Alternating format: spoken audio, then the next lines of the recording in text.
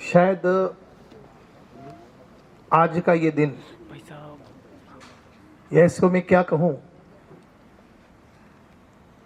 कि मुझे पहली बार बोलते हुए ठीक नहीं लग रहा है। हमेशा बोलने में एक उत्साह आता है क्योंकि उत्साह का आयोजन होता है, लेकिन जब 25 दिसंबर को आदरणीय पापा जी ने एक अंतिम सांस ली तो वो एक बहुत अच्छी बात 7:30 बजे बोल के गए, और वो है कि आशा, वो मम्मी को आशा कहते थे, आशा रोजे मत और सबने हम जाओ जे। ये बात मेरे चिर पटल पर और स्मृति में टंकोत्कीर्ण हो गई। ऋषभ जी भाई साहब, ये बिल्कुल ही निश्चित है कि जो जो देखी वीतराग ने सो सो होसी वीरा रे, अनहोनी होसी नहीं काहे होत अधीरा रे। लेकिन पहली बार मैं अधीरा हो गया और बार बार ये मेरे मन में विकल्प आने लगा, क्यों ना मैं इनको अहमदाबाद ले जाता, क्यों ना मैं इनको और कहीं ले जाता, क्यों ना मैं इनको एयरलिफ्ट करा देता, क्योंकि वो रागवश होता है और चूंकि पुत्र होने के कारण ये राग होना लाजमी भी है। बहुत सारे संस्मरण हैं, लेकिन मैं इतना जरूर कहूंगा, अगर 2011 में अगर उन्होंने मुझे राह नहीं दिखाई होती और ये नहीं कहा होता कि बनिए का बच्चा और राजनीति करे, ये कैसे संभव है, बड़ा बेटा व्यापार करे, छोटा घर में मेहमान लाए, कार्यकर्ता लाए, ये कैसे हो सकता है। तो उन्होंने कहा ये डिसाइड करना पड़ेगा जिन्हों तेरे को घर रहना है कि राजनीति करनी है। मैं ये घटना क्यों सुना रहा हूं, आज मैं जो भी हूं निश्चित ही उनकी वजह से हूं। और जैसे कि भैया ने कहा था कि सबको संभालना एक बहुत बड़ा काम है, लेकिन खुद को संभालना बड़े बबलू भैया उससे भी बड़ा काम है। उनका एक संस्मरण मैं आपको सुनाना चाहूंगा बहुत संक्षिप्त में, क्योंकि हम अभी यहाँ आदरणीय भैया को सुनने आए हैं। जब मैं राजनीति में युवा मोर्चा का जिला अध्यक्ष हो गया था और जब मैं भटनागर को मोहल्ले में उनसे आशीर्वाद लेने गया तो उन्होंने मुझे बड़ी जोरदार बात बोली जो आज भी मेरे जीवन में अमिट छाप के रूप में है, और मैं आपके सामने इनके साक्षी में कहता हूं, मैं भविष्य में भी उसको पूरा का पूरा पालन करने की कोशिश करूंगा। उन्होंने मुझे एक आशीर्वाद दिया, कहा कि ऐसा कोई काम मत करना जिसमें समाज का और परिवार का और विशेषकर छोटे दादा का नाम खराब हो, वो मत करना। इसके साथ कोमा लगा के उन्होंने कहा कि पैसा तो पुण्य के उदय से आता है, राजनीति कर रहा है तो पैसे के लिए मत करना, सेवा के लिए करना। यह बात मेरे जीवन में अंकित हो गई है। वैसे तो निश्चित ही पिता झलक जो पुत्र में दिखती है, बात भक्ति में भी आई है और जीवन में अनेक स्थानों पर हमें देखने मिलती है। मैं बहुत गौरवान्वित महसूस करता हूं जब मेरे मंदिर जाने का कोई टाइम फिक्स नहीं था, 9 भी बज जाती, 9:30 भी बज जाती, और उस मंदिर का सबसे अंतिम अगर कोई दर्शन करने वाला दर्शक होता तो मैं होता। तो एक बार पापा ने कहा कि बेटा ये मनुष्य भाव ऐसे ही निकल जाएगा, राजनीति का डंके की चोट पे साथ में यात्रा करने गया तो एक अनायास ही ऐसा मन बन गया कि मैं अब तहा उम्र अभिषेक करके ही भोजन करूंगा, चाहे फ्लाइट हो चाहे ट्रेन हो, अगर नहीं मिलेगा तो मैं नहीं करूंगा। जब इन्होंने बात सुनी तो फोन पे सुनते हुए बहुत भावुक हो गए और कहा कि आज तेरा शास्त्रीपना होना सार्थक हो गया। ये निश्चित ही एक पिता के लिए बहुत गौरवान्वित करने वाली बात है। मेरे बड़े भैया सब ये कहते हैं कि दोनों विपरीत है। ये बात बहुत हद तक ठीक है, लेकिन दोनों एक जैसे हो जाते तो क्या होता, क्या होता वो आप सब जानते। जब घरों में एक जैसे हो जाते तो क्या होता। मैं निश्चित ही आज पूजनीय पिताजी को नमन करते हुए कहना चाहूंगा कि परिवार में चर्चा तो नहीं की, लेकिन बहुत जल्दी हम एक ऐसा ट्रस्ट बनाएंगे जिसमें समाज में पढ़ने वाली बच्ची जिनकी आर्थिक स्थिति ठीक नहीं है, उनको हम हमारे लक्ष्मीचंद बोरावत चैरिटेबल ट्रस्ट की तरफ से उनको छात्रवृत्ति दें ताकि वह अमर हो जाएं और हम सब उनके इस पद चिन्हों पर चल सकें। मैं भैया आपको धन्यवाद तो नहीं दे सकता, लेकिन आपका जो आप आए, इतनी संख्या देखकर मुझे अच्छा नहीं लग रहा, क्योंकि अगर वो मंत्री भी आए तो मैं बहुत भावुक हो जाता था, क्योंकि अगर वो होते और मिलते तो बहुत अच्छा लगता, लेकिन निश्चित ही ये मृत्यु का महोत्सव है ऋषभ जी भाई साहब। और मैं समाज में भी कहना चाहूंगा कि हम सब बहुत कड़ा दिल करके, क्योंकि यह नहीं हो सकता है अगर हम पंचम काल में, तो राग तो होगा ही, मोह तो रहेगा ही, वो समाप्त तो भगवान बनने के बाद ही होगा। और हम सब भी निश्चित ही भैया के व्याख्यान के बाद में भगवान बनने के मार्ग की ओर अग्रसर हो। और मैं अंतिम दो बात कहूंगा कि शाश्वत धाम में अगर मेरी सक्रियता देखते हैं तो भैया उसके सबसे बड़े स्रोत वो हैं। जब जब शाश्वत धाम की बात बताता, वो कहते कि तू उसमें आगे बढ़, तू इसमें प्रयास कर। जब स्मारक में आप रथ लेके आए थे और आर्थिक स्थिति में स्मारक में बहुत दिक्कत हो रही थी, उन्होंने कहा कि पूरी ताकत लगाकर जिस संस्था से हमने आज खड़े किए, हम खड़े हुए, उसको आगे बढ़ाने का अपना गुरु दक्षिणा पूरा करने का अपना एक धर्म है। मैं, ललित जी भी बैठे हैं। ललित जी, आप बार बार ये बात बोलते हो कि शाश्वत धाम पे ध्यान लगाओ, लेकिन मैं आपको कहता हूं वो मुझे कह गए हैं कि शाश्वत धाम जब तक हम सब हैं और अपने प्राणों में आहुति है, जान है, तब तक हम सब मिलकर इन बच्चियों के लिए जो धर्म प्रभावना का काम है, जो आज हम कर रहे हैं, ये बच्चियां भी करें। इसी मंगल भावना के साथ में मेरी बात को आज विराम दूंगा। और ऋषभ जी भाई साहब का, खेमचंद जी का, भाई साहब महावीर जी का और पीयूष जी का भी मैं आभार व्यक्त करता हूं, जिन्होंने इस कठिन समय में, हम तो आपके भाई हैं कोई बात नहीं, लेकिन जो मम्मी जी का आप संबल कर रहे हैं, आपका बहुत बहुत आभार व्यक्त करता हूं। बहुत बहुत धन्यवाद। जय जिनेंद्र, जय महावीर। लेकिन जिनसे प्रेरणा ले सकते हैं वो बातें भाई ने आप सबके सामने प्रस्तुत की है। अब मुझे एक बहुत बड़ी कठिनाई महसूस हो रही है कि जिसको मुझे आमंत्रित करना है, मैं उसका परिचय कहाँ से शुरू करूं? भाई साहब आप ही बता दो यार। नहीं बता दूं? हाँ, 1 घंटे वही करना है मुझे। देखिए, बहुत बड़ा परिचय है। और अगर ये कहा जाए कि वो किसी परिचय के मोहताज नहीं है, तो ये कहना भी कोई गलत नहीं होगा। लेकिन फिर भी थोड़ा सा भाव मुझे आता है, वो कुछ बहुत थोड़े से शब्दों में मैं भाई साहब का परिचय आपके सामने देना चाहता हूँ। कहाँ से शुरू करूँ? ये पशुपेश तो है ही, लेकिन कहीं से तो करना ही पड़ेगा। अगर मैं ये कहूँ कि वो बेस्ट लेखक है, तो ये शब्द भी छोटा पड़ेगा, क्योंकि जब 18 चैप्टर्स पब्लिश हुई, मेरे ख्याल से वो सप्लायर सप्लाई नहीं दे पा रहा था और बुक एडवांस में बिकती जा रही थी। क्या भाई साहब सही बात है कि गलत बोल रहा हूं? यस। बेस्ट राइटर, ऐसी 18 चैप्टर्स और जिंदगी बेनकाब। क्या नाम है पुस्तक का? जिंदगी बेनकाब। अगर किसी ने नहीं पढ़ी है तो उसको पढ़े। जिंदगी बेनकाब होगी, अरे जिंदगी के मकसद खुल जाएंगे कि मैंने इस मनुष्य पर्याय में जन्म क्यों लिया है, पता चल जाएगा। 18 चैप्टर पढ़ेंगे, कहते हैं मुर्दे में भी जान आ जाती है, थके हुए कदमों में वो एक जान भर देते हैं, हारे हुए मन में जीत की तमन्ना पैदा कर देते हैं। ऐसे हमारे भाई साहब हैं। ये तो केवल लेखक की बात हुई, वो कवि भी बड़े जोरदार हैं। और मैं कवि नहीं हूं, मुझे कविता नहीं आती है। वो कविता की पंक्तियां, वो मौलिक, जब आप उनके मुंह से सुनेंगे तब आपको पता चलेगा कि वो वास्तव में कवि भी है। अरे वो कवि नहीं, वो एक बहुत अच्छे डॉक्टर भी हैं। वो दोनों प्रकार के डॉक्टर हैं। वो कलम के भी डॉक्टर हैं और मलम के भी डॉक्टर हैं। कलम के डॉक्टर का परिचय तो मैंने आपको बता दिया, लेकिन वो मलम के बहुत सारे 200-500 डॉक्टरों को भी मैनेज करते हैं। सही बात है भाई साहब? हैं, खुद का एक बहुत बड़ा हॉस्पिटल। तो कलम के भी डॉक्टर हैं और मलम के भी डॉक्टर हैं।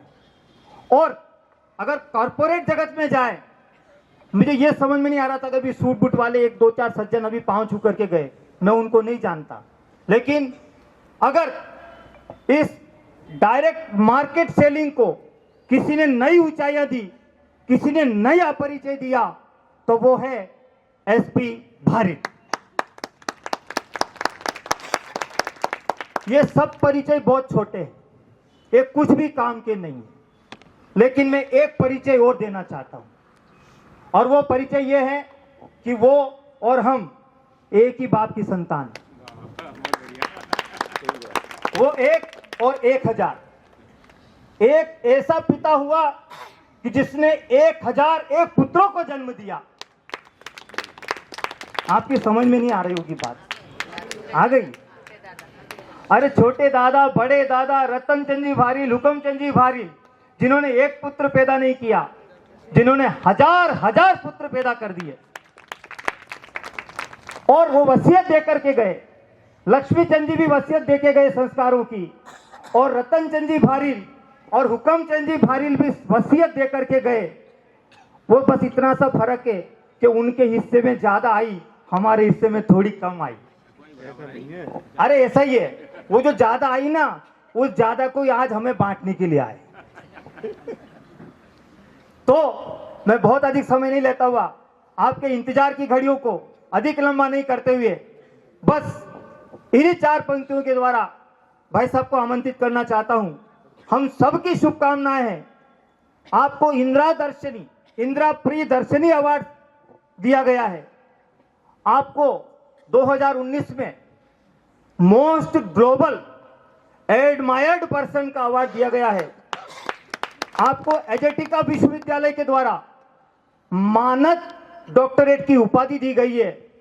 सोचो, जिस व्यक्ति को सुनने के लिए कंपनियां 10-10 लाख रुपए देकर के अपने कर्मचारियों को रिफ्रेशमेंट कोर्स का आयोजन करवाती है, और वो कर्मचारियों में ऊर्जा भरने का काम कोई करते हैं तो वो हमारे डॉक्टर एसपी भारील करते हैं। तो मैं इन 4 पंक्तियों के द्वारा उनको आमंत्रित करना चाहता हूं। आपके इरादों का, अरे सुनो ना भाई साहब यार, ओ भाई साहब कहां खो गए आप? आपके इरादों का इम्तिहान अभी बाकी है। आपके इरादों का इम्तिहान अभी बाकी है। आपके हौसलों की उड़ान अभी बाकी है। अरे अभी तो नापी है मुट्ठी भर जमी, आगे सारा आसमां बाकी है, सारा आसमां बाकी है। Doctor SP Bharil, welcome. Thank you, thank you, thank you, thank you. जिस ढंग से ऋषभ मेरी प्रशंसा कर रहा है, कम करना आवाज भाई।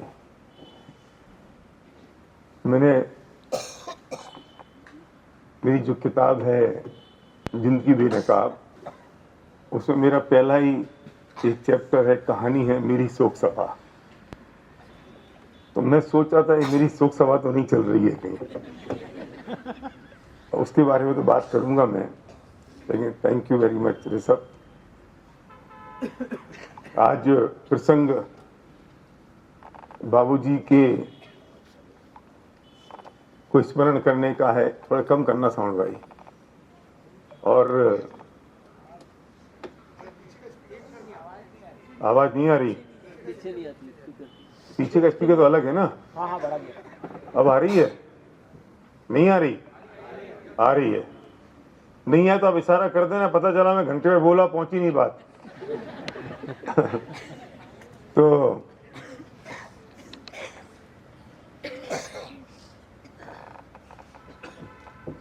मैं तो उन्हें नमन करता हूं। उनका परिचय मेरा बहुत पुराना रहा है और उनके बारे में सब बातें तो आपने सुनी है और मेरे से ज्यादा आप जानते हो, आप उदयपुर में रहते हैं। ये सबसे बड़ी बात तो ये कि उन्होंने ऐसे 2 पुत्रों को पाला जिसमें एक जिनेंद्र है। मतलब जिनेंद्र की खास बात नहीं है, माता पिता की खास बात है, क्योंकि 5 साल में तोडमल स्मारक ने उसे कैसे संभाला ये हम ही जानते हैं, और उन्होंने पूरी जिंदगी संभाला। जब ये जिनेंद्र निकला तो विदाई समारोह होता ना बेटा, तो सब खुश थे इस बात के लिए कि निकला। तो कई बार निकालने की कोशिश करी पर निकल नहीं पाया, लेकिन अल्टीमेटली 5 साल बाद निकला। और बड़े भाई मनोहर मन्नू की खास बात यह कि इसके साथ रह पाया और रह रहा है, बड़ी बात है, क्योंकि वो तो बिल्कुल अलग है। मैं तुलना छोटे दादा बड़े दादा से भी नहीं दे सकता हूं, क्योंकि बड़े दादा जिन्हें जैसे नहीं थे। तो ये बड़ी बात है, छोटी बात नहीं है। जिनेंद्र का स्नेह और प्यार इतना रहा कि उसने कहा तो हमने आना तो वैसे ही था, प्रवचन के लिए उसने कहा तो मैं मना नहीं कर पाया। और ये संस्कार होते हैं पिता के जो बच्चों में जाते हैं। असली दौलत ये नहीं है कि बाबूजी कितना छोड़ गए, क्योंकि हम पूरी जिंदगी, सुरेश, पूरी जिंदगी दोनों हाथों से समेटते हैं खाली हाथ जाने के लिए। मैं दोबारा कह रहा हूं, मेरी आवाज आ रही है पीछे? हम पूरी जिंदगी दोनों हाथों से समेटते हैं खाली हाथ जाने के लिए, और उस दिन भी पहला दिन पता है कि खाली हाथ जाना है जब समेट रहे हैं, पर फिर भी क्यों समेट रहे हैं ये किसी को पता नहीं है। और रोज जला के आते हैं किसी न किसी को, कहीं ना कहीं, कभी ना कभी। और एक शमशान घाट में लिखा था महावीर कि जो यहां आता है ना, वो ये सोचता है कि मैं इसे जलाने आया हूं, और मुझे जलाने तो कभी कोई नहीं आएगा। जब हम जलाने जाते हैं तो हर एक आदमी ये सोचता है मैं इसे जलाने आया हूं, और मुझे जलाने कोई नहीं आएगा। और एक दिन हमारी भी मौत आ जाती है। बस बाबूजी के साथ गए, उनके संस्कार जो उन्होंने जीवन भर स्वाध्याय किया, और उनके परिवार में रह गए उनके संस्कार जिनसे इनका मनुष्य सार्थक होगा। दो ही बातें हैं, बाकी सब तो बेकार की बातें हैं और किसी काम की चीज नहीं है। मुझे पता चला अभी मैं जब शाम को आया कि वो यही बोलते रहे कि शरीर मरता है, आत्मा नहीं मरता, देह मरे पर मैं नहीं मरता, ये बार बार कहते रहे और ये बोलते रहे। इस बात की धुन उनको चढ़ती रही तो उनके परिणाम कितने कोमल होंगे, ये छोटी बात नहीं है, बहुत बड़ी बात है। पर वे तो चले गए। मुद्दे की बात तो अब है कपिस, हम रह गए हैं।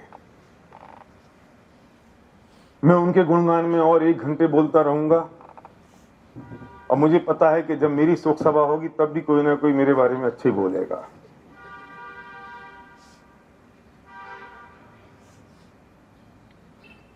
अच्छे ही बोलोगे अमित।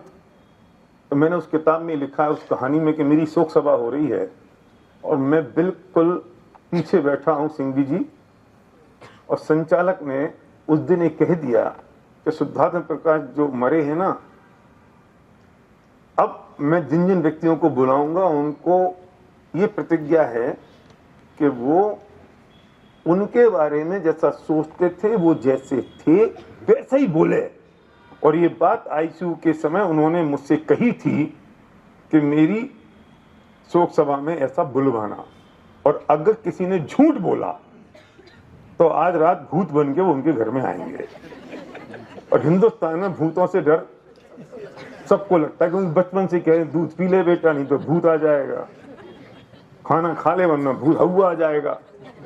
हवा राजस्थान में भी हवा बोलते हैं, यहाँ क्या बोलते हैं? मावा, बाबा बाबा बाबा आ जाएगा, बाबा बाबा, हवा भी बोलते हैं, बुंदेलखंड में हवा बोलते हैं।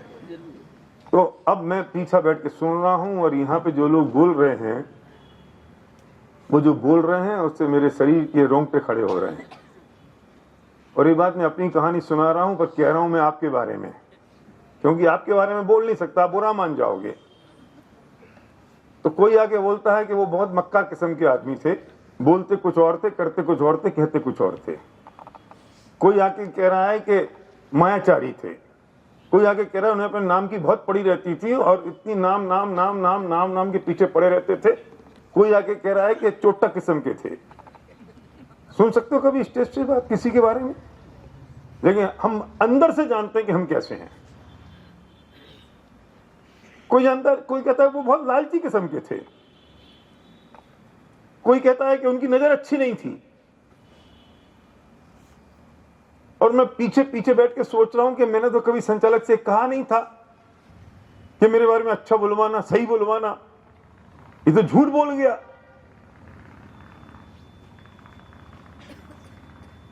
और ना जाने क्या क्या।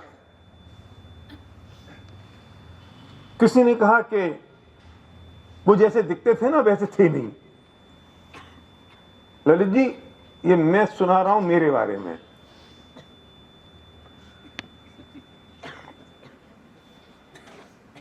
और अचानक फिर मेरी नींद खुली और मैं पसीना पसीना हो गया और घबरा के जब मैं उठा तो देखा कि ये क्या हुआ, गहन अंधकार है। मैं दौड़ता हुआ एक गिलास पानी पिया, दौड़ता हुआ बालकनी की तरफ गया, हवा खाई, पंखा चालू किया और घबरा गया। और उस दिन मैंने ये सोचा जो मैं कहने जा रहा हूं कि सोच लेना एक बात कि जैसे हम हैं, सोच लेना ये बात कि जैसे हम हैं वैसे अगर मेरी कब्र पर लिखा जाए, मैं हिंदू मुस्लिम की मैं बात नहीं कह रहा हूं, मैं ईसाई की बात नहीं कह रहा हूं, क्योंकि शमशान में लिखा नहीं जाता इसलिए कह रहा हूं कि जैसे हम हैं वैसा अगर मेरी कब्र पर लिखा जाए तो मुझे कैसा लगेगा।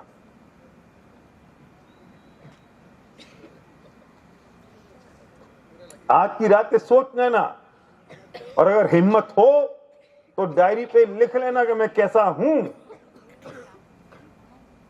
रख नहीं पाओगे डायरी तो फाड़ देना, लेकिन कभी तो अपने आप को आईना दिखाएं हम।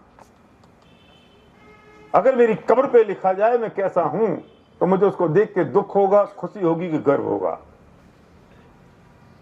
क्योंकि मुझे पता है कि जब मेरी शोक सभा होगी तो हर एक आदमी प्रशंसा करेगा। मैं फिर ये कह रहा हूं कि बाबूजी चले गए, बहुत शांत परिणामों से गए, स्वाध्यायी थे, निश्चित तौर पर वे बहुत जल्दी मोक्ष जाएंगे, लेकिन सवाल वे तो जा चुके, वे तो चले गए, उन्होंने तो अपना काम कर लिया, उन्होंने तो इस भव को भी जी लिया और इस भव में जो करना था वो भी निपट गया। तो बारी तो हमारी है ना, भी हमें क्या सिखा गए, हमें ये सीखने की जरूरत है ना। एक दिन हमारे साथ भी तो ऐसा होगा। और यही वही मौके होते हैं, मैं कभी और आपको सुनाने आऊं तो आप सुनने नहीं आओगे मेरी बात। ये तो ऐसे ही मौके होते हैं जब मौका मिलता है कि आपको पकड़ के सुना दिया जाए, और ऐसे ही मौके होते हैं जब वैराग्य पीक पर होता है। और अब तो क्या, कितने दिन हो गए, अब कितने दिन हो गए, आज के 8 दिन थोड़ी है, 12 अरे 12 तो 9 को होंगे ना, नहीं, आज डेथ हुए 12 दिन हो गए। आज 12 दिन हो गए, 9 को क्या है, तिथि से करते हैं ना वो, 12वां तिथि से। आज 9 दिन हो गए, 12 दिन पूरे हो गए आज 12 हो गए, पगड़ी वस्तु 9 को है। अच्छा 12 हो गए ना। सच बताना ईमानदारी से, छाती पे हाथ रख के मैं कठोर बात कहने आया हूं कुछ, और ये बात अपने आप को सीखने के लिए, समझने के लिए कह के आया हूं। जो दुख हमें पहले दिन था, आज 12वें दिन के हमारा दुख उतना ही है। टेम्परेचर लगाना, टेम्परेचर नहीं, थर्मामीटर लगाना अपने यहां पर और चेक कर लेना अपना टेम्परेचर कितना है। और ये बात मैं इनके लिए नहीं कह रहा हूं, अनादिकाल से जितने लोग गए मैं उनके लिए कह रहा हूं, मेरे पिता के लिए कह रहा हूं, मैं सबके लिए कह रहा हूं। मैं यहां तक कह रहा हूं कि मुझे पता है जब मैं मरूंगा तो मेरे घर वालों का भी क्या होगा वो मैं बताऊंगा आपको अंत में।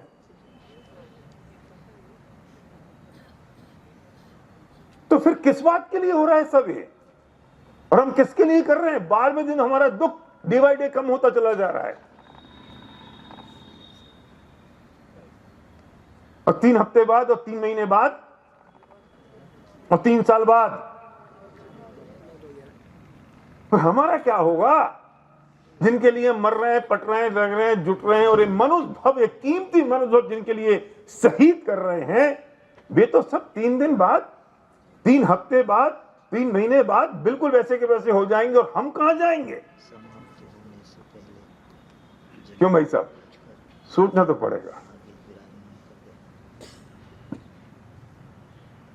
और जिंदगी पिघल रही है। या कुल्फी मिलती है उदयपुर में, कुल्फी मिलती है, डंडी वाली कुल्फी 10 रुपए की आती है, नहीं, यहाँ 20-25 रुपए की आती है। 25 रुपए की है, 10 की छोटी पतली आती है। मैं जो कह रहा हूँ 10 रुपए की आती है। अरे 25 की सही, 25 रुपए की जो कुल्फी आती है, मलाई वाली कुल्फी, उसमें डंडी लगी होती है ना। और वो जब हमारे हाथ में आती तो कैसे खाते हो बेटा, यहाँ से खाना शुरू करी, फिर यहाँ थोड़ी टपकना शुरू होती तो यहाँ से शुरू कर देते हैं, फिर यहाँ से टपकना शुरू होती तो यहाँ से खाना शुरू करते हैं, और इतने देर फोन की घंटी बज जाए तो चुप रहो, क्या फालतू फोन बजता, अभी पिघल रही ना। और फिर यहाँ से फिर ऐसी, और फिर एक हाथ नीचे लटकाना शुरू, और सारी व्यवस्थाएं करने के बावजूद भी अल्टीमेटली वो थोड़ा सा टुकड़ा लास्ट में टपक ही जाता है, और फिर लगता है यार ये खराब हो गई। 10 रुपए की कुल्फी पिघल ना जाए उसके लिए कितने फोकस्ड हैं,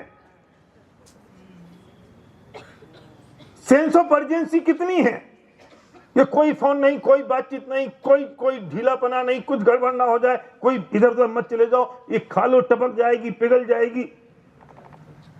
सेंस ऑफ अर्जेंसी देखना कितनी जबरदस्त है, प्रायोरिटी कितनी जबरदस्त है, क्योंकि अभी कोई दूसरी बातचीत नहीं, क्योंकि कुल्फी पिघल रही है। स्पीड कितनी जबरदस्त स्पीड है, क्योंकि पिघल ना जाए। कितने रुपए की? 10 रुपए की कुल्फी, और हाथ में अल्टीमेटली डंडी रह जाती है, और उसको भी चाटते हैं कि कहीं थोड़ी सी मलाई ना रह जाए।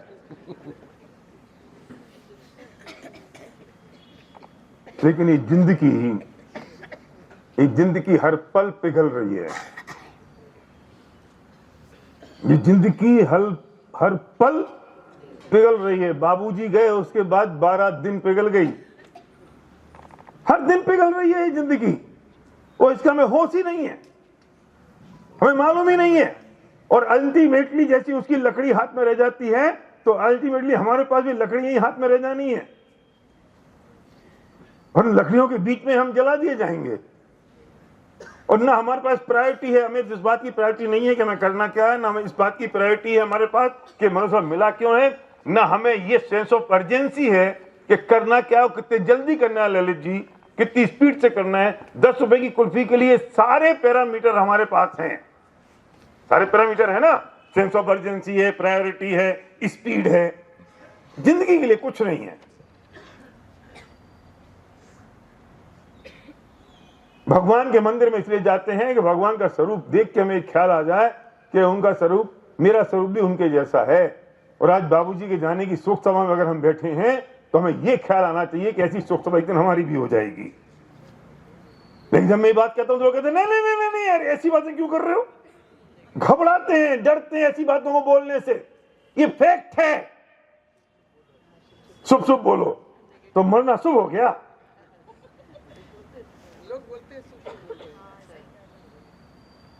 बड़दादा छोड़दादा का एक साथ बाईपास नहीं ओपन हार्ट हुआ 2003 में, तो लोग बड़दादा को समझाने आए स्कॉट हॉस्पिटल में कि दादा चिंता मत करो, ठीक हो जाएगा, ठीक हो जाएगा, चिंता मत करो, ठीक हो जाएगा। तो दादा बोले ये तुम समझा किसको रहे हो? अगर मैं अगर मर गया तो सड़े सड़ा शरीर से मुक्ति मिल जाएगी, यहाँ एक है वहां 32,000 होंगी। और अगर मान लो मैं बच के आ गया तो नया दिल लेके आ जाऊंगा, ये पुराना हो गया। ये मरने की बात अशुभ बात कब से हो गई? अरे वे चले गए, निश्चित तौर पर स्वर्ग में गए हैं, निश्चित तौर पर उनके अच्छे परिणाम थे, वे तो जा चुके। 3 समय में उन्होंने दूसरे का जन्म ले लिया। जिन संस्कारों से वे गए हैं वे निकट भव्य हैं, निकट काल में मोक्ष जाएंगे, उन्होंने तो अपना काम कर लिया। तो भगवान के दर्शन करते वक्त हमें ऐसा लगता है कि मेरा स्वरूप भगवान के जैसा है। और जब किसी शोक सभा में जाके बैठे या कभी शमशान में जाएं और कोई व्यक्ति हमें से छोड़ के चला जाए, तो हमें यह ख्याल आना चाहिए कि हमारी गति भी ऐसे होने वाली है, और ऐसा हो जाएगा हमारे साथ पहला। तब उसके लिए हम क्या कर रहे हैं? निश्चित तो है, जाना है कि नहीं? जाना है ना? क्यों जिनेंद्र?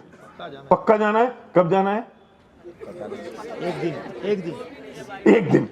अब वो एक दिन का पता नहीं है कब एक दिन, पर डेट तो निश्चित है कि नहीं है? भाई साहब बोलो पीछे, निश्चित है ना डेट? पर डेट हमें पता नहीं है। तकलीफ तो यही है ना, वहां जाने की कि मरने की?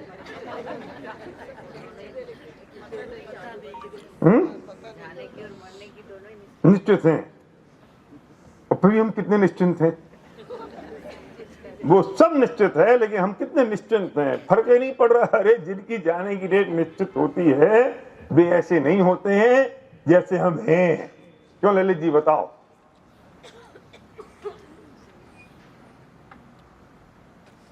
आजकल की लड़कियों को छोड़ दो, तुम तो बेटा बच्ची हो अभी।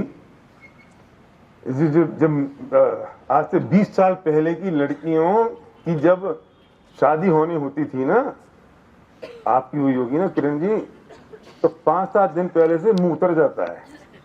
इस बात के लिए कि अब शादी होगी, फिर ससुराल जाना पड़ेगा, विदा होगी। आजकल की लड़कियों की बात मत करो, ये आजकल तो वैसे ही माँ को कहती बाय माँ, अरे आग लगे, अरे तुम विदा हो रही हो। मैं विदिशा में रहता था तो जब मतलब मुझे तो वो सीन याद है कि हमारे पड़ोस में 2 लड़कियां थी, उनकी शादी हो गई और जब उनकी विदा होती थी ना, वो क्या चिल्ला चोट होती थी, जैसे कोई मर गया, पिट गया, लुट गया, ऐसी जोर जोर से चिल्लाती थी।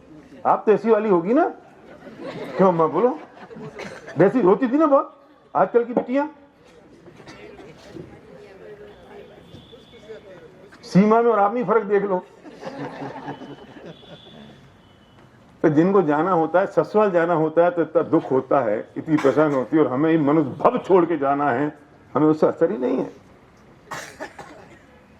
कुछ मालूम ही नहीं है कि कब जाना है। जाना भी निश्चित है, डेट भी निश्चित है सुरेश, लेकिन वो डेट डली भी है, लेकिन वो दुर्भाग्य है कि वो डेट हमें दिखती नहीं है। रेलवे का टिकट हो ना, तो डेट तो डली है पर दिखती ना हो, और कब बुलावा आ जाएगा। ये ना, ये इरफान खान मरा, उसने बहुत बढ़िया बात कही कि वो बहुत बड़ा कलाकार था फिल्मों में, और अचानक उसको ब्रेन में बहुत बड़ी बीमारी हुई, और एक ऐसी बीमारी हुई जिसका कोई इलाज नहीं था। वो लंदन गया और वहां से उसको पता चल गया कि तुमको ज्यादा दिन नहीं बचे, उसकी डेथ हो गई।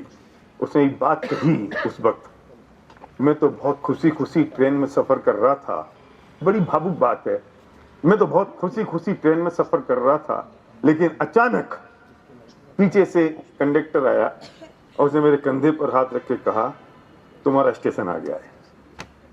पीयूष, कितनी गजब की बात है, मैं तो खुशी खुशी ट्रेन में सफर कर रहा था और ट्रेन में टीटी आया और उसे कंधे पर हाथ रख के कहा तुम्हारा स्टेशन आ गया है।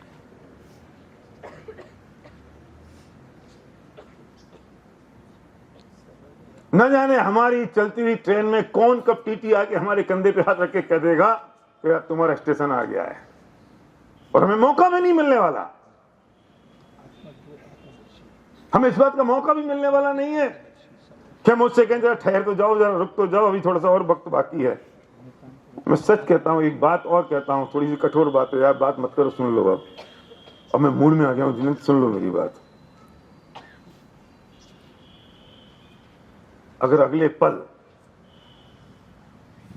कंडक्टर आ जाए और हमसे कह दे कि तुम्हारा समय आ गया है, चलो, हम क्या जाने को तैयार हैं। मन में सोच लो, बोलो मत, बोलोगे तो यही तैयार है, क्योंकि तुम्हारे पास कोई ऑप्शन नहीं है, और बोलते वही हो जो दुनिया को अच्छा लगे। मेरी शोक सभा होगी तो आप वही बोलोगे जो दुनिया को अच्छा लगे, सच नहीं बोलोगे। हम तैयार हैं क्या? इसका मतलब यह है, क्या इस मनुष्य भव में आके हमें जो काम करना था, क्या वो हमने काम कर लिया? दिस इज अ क्वेश्चन, ये बिगेस्ट क्वेश्चन है शास्त्री बच्चियों। ये तो भी बच्चियां हैं, मैं उनकी बात कर रहा हूं जिनके कब्र में पैर लटक रहे हैं। श्याम जी, मैं आपसे भी पूछ रहा हूं, आपके पैर नहीं लटक रहे हैं कब्र में, लेकिन आप सबसे बुजुर्ग दिखाई दे रहे हो यहाँ पे, हो के नहीं पता नहीं, आपकी वेशभूषा और दाढ़ी से दिखता है, लेकिन क्या हमने वो काम कर लिया है? This is a big question mark. और आके अगर कंडक्टर कहे कि चलो तुम्हारा स्टेशन आ गया, तो हम उतरने को तैयार हैं क्या?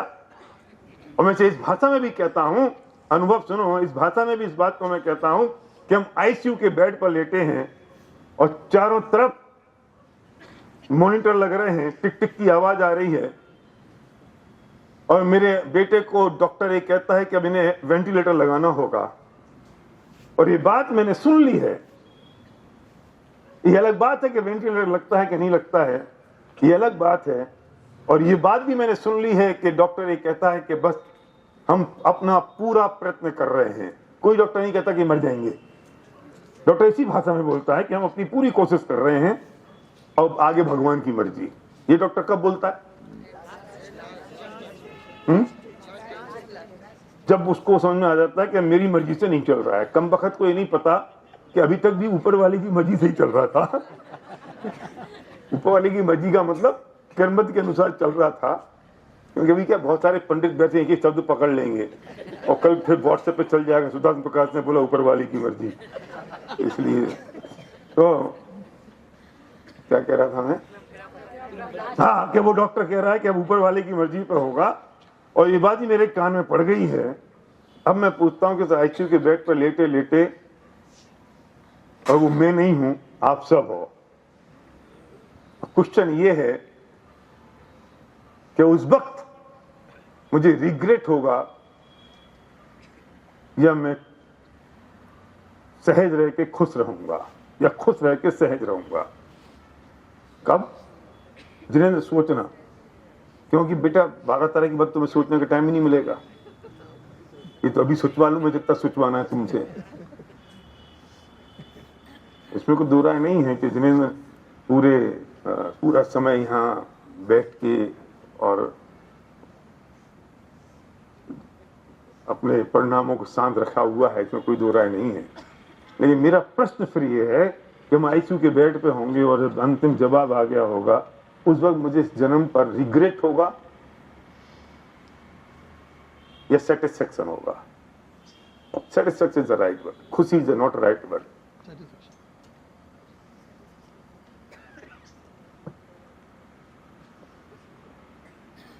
मैं आपको 30 सेकंड दे रहा हूं मौन रह के ये सोचने के लिए, क्योंकि घर जाके नहीं सोचोगे, यही सोचवा लूं जितना सोचवा सकता हूं। तपेश, आई रिपीट, मनोहर नहीं, मनु भी है, मनोहर नाम है ना? मनोहर। हाँ, मनोहर। आईसीयू का बेड है, सारे मॉनिटर चल रहे हैं, वेंटिलेटर लगने की तैयारी है। डॉक्टर के शब्द मेरे कान में पड़ गए हैं, हम पूरी कोशिश कर रहे हैं और अब ऊपर वाले की मर्जी है। और उस वक्त उम्र कुछ भी सही, उस वक्त मुझे इस जन्म पर रिग्रेट होगा या सेटिस्फेक्शन होगा? बेटा, ये तो डॉक्टर सीमा जैन है, पंडितानी, अच्छे कर्म किए होंगे तो। मैंने क्या कहा? खुद को, तुम लेटी हो आईसीयू के बेड पर। रिग्रेट इस बात का होगा कि मनुष्य सब छूट गया मेरे हाथ से, मैं कुछ नहीं कर पाया। क्या हुआ होगा, क्या करना चाहिए, मैं उसकी बात नहीं कह रहा हूं। मैं आज यहां सोचवाने आया हूं कि हम सब आईसीयू के बेड पर लेटे हैं, मेरी अपनी स्थिति क्या होगी। और जब ये बात मैं सोचता हूं ना सीमा, तब मैं अपनी जिंदगी कुछ निर्णय कर लेता हूं। मैं यही कहना चाहता हूं पीयूष, जब मैं सोचता हूं कि आईसीयू के बेड पर मैं लेटा हूं और अब मेरा अंतिम समय है, तो मुझे इस मनुष्य भाव पर रिग्रेट होगा या सेटिस्फेक्शन होगा? और जब ये बात मैं सोचता हूं तो मैं अपनी जिंदगी में कुछ कठोर निर्णय कर लेता हूं अपने लिए। इस मनुष्य भाव में क्या करने योग्य है, किसके लिए आए थे और क्या कर रहे हैं और क्या करना चाहिए, इस परिप्रेक्ष्य में। पहला समझ में आ रही बात जो मैं कह रहा हूं? क्या हम इसलिए ही आए थे यहां पर कि जन्म ले लें, पढ़ लें, फिर शादी हो जाए, नौकरी हो जाए, कुछ व्यापार कर लें, थोड़ा नाम हो जाए, थोड़ी इज्जत मिल जाए, थोड़ी बदनामी हो जाए, थोड़ा मान हो जाए, थोड़ा अपमान हो जाए, थोड़ा रुपया कमा लें, थोड़े घाटे हो जाएं, फिर बच्चे पैदा हो जाएं, फिर जो हमारे साथ हुआ उन बच्चों के साथ होना शुरू हो जाए, फिर बच्चों को स्कूल ले जाओ, फिर बच्चों को पढ़ाओ, फिर बच्चों के साथ सपने देखो, तब तक माँ बाप बूढ़े हो जाए, उनकी सेवा करो। कुछ नालायक होंगे तो खुद निकल जाएंगे, माँ बाप को छोड़ देंगे, और नालायक होंगे तो माँ बाप को निकाल देंगे, खुद रह जाएंगे। फिर अपने बच्चों को पालते रहो, फिर बच्चे थोड़े से और बड़े हो गए तो कम वक्त बे नालायक निकल जाएंगे, फिर उसकी पत्नी आ जाएगी, फिर सास बहू की लड़ाइयां शुरू हो जाएंगी। चिंता मत करना, ये रूटीन है। सास बहू की जो लड़ाइयां हो रही हैं तुम्हारी अकेली नहीं हो रही है, हर दूसरे घर में हो रही है, तो क्या चिंता करना है इसकी। इसलिए दोबारा आऊंगा मैं समझाने के लिए। सास बहू की लड़ाइयां बाद में निपटाएंगे। उसके लिए पैसे लूंगा जिनेंद्र। फिर साथियों की लड़ाइयां शुरू। फिर पता चला कि मेरा बच्चा नालायक निकल गया, या तो वो छोड़ के चला गया, या हमें निकाल दिया, या हम निकल गए, बस खत्म।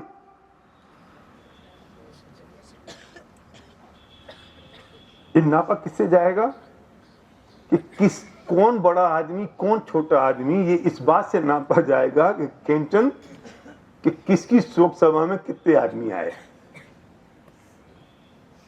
नहीं, दोबारा बोलूं? जिनेंद्र कहां उलझा है बेटा?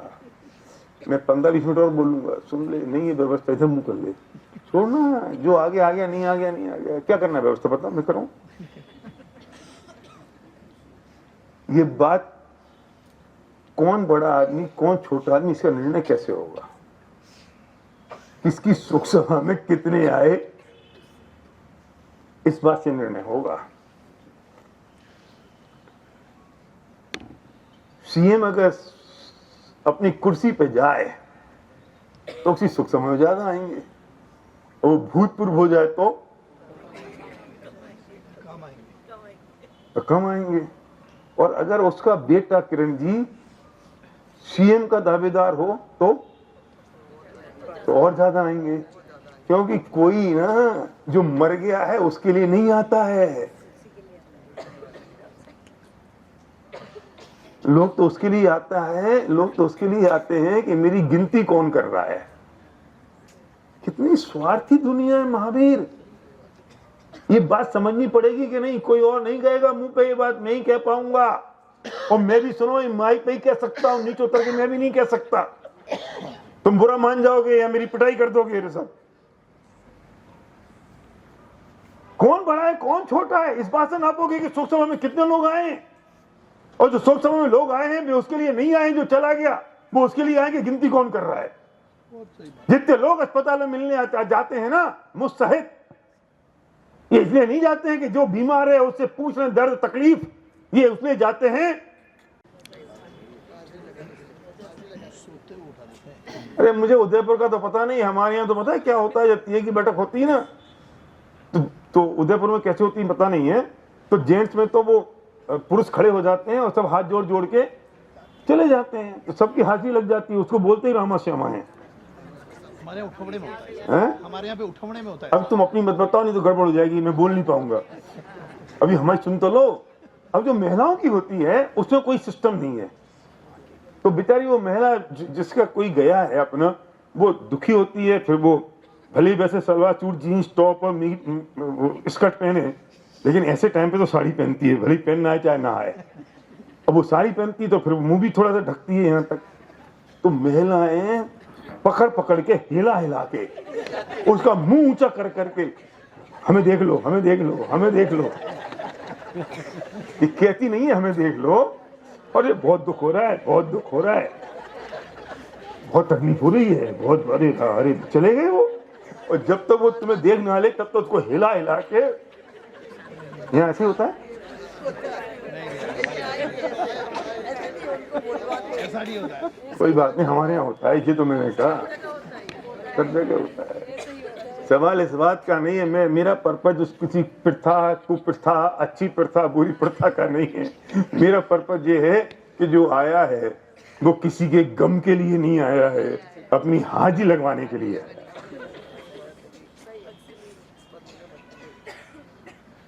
ये बात फिर मैं कह रहा हूं, ये बात को कहने का पर्पज ना मेरा व्यंग है, ना मेरी मजाक है, ना मेरी हंसी है।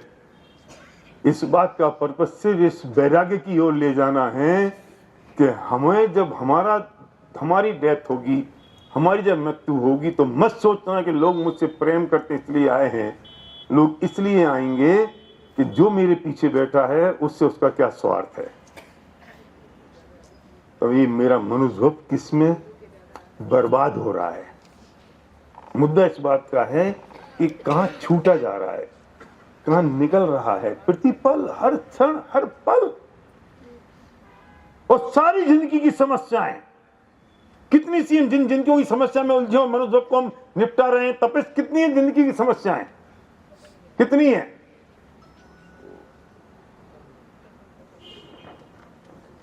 बताऊं कितनी है?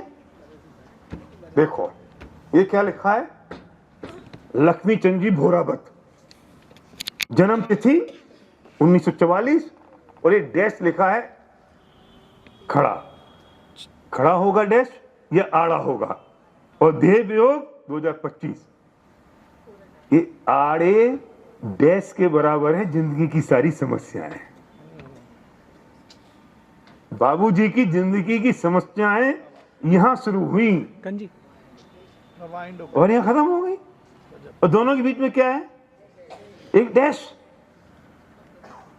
तो मेरी जिंदगी की सारी समस्या तो एक सिर्फ डैश के बराबर है, और मैंने उस डैश के बराबर जिंदगी की समस्याओं में अमूल मनुष्य बर्बाद कर दिया, और अंत में हाथ में क्या आया?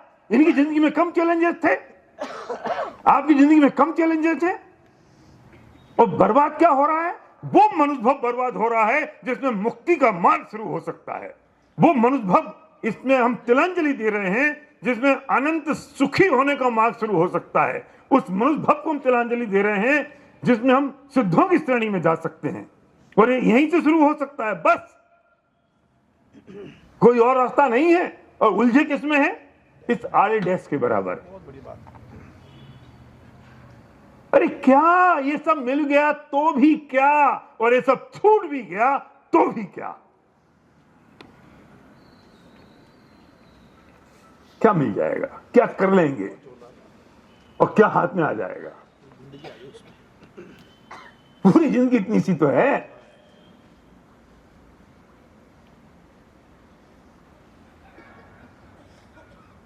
और सब आके यही पूछते हैं कि अच्छा 81 साल के थे, बस और क्या, और क्या पूछ रहे हैं? सबको यही पूछ रहे हैं।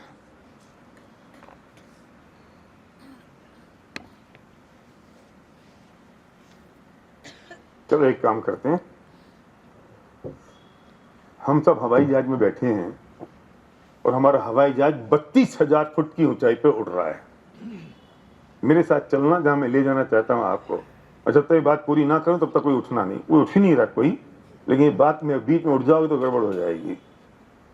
32,000 फुट की ऊंचाई पे हवाई जहाज उड़ रहा है, और हम सब हवाई जहाज में बैठे हैं और आराम से खेल रहे हैं, कूद रहे हैं, गाने सुन रहे हैं, कोई पिक्चर दिख रहा है, कोई गप्पे मार रहा है, कोई बतिया रहा है, और अचानक पायलट का अनाउंसमेंट होता है,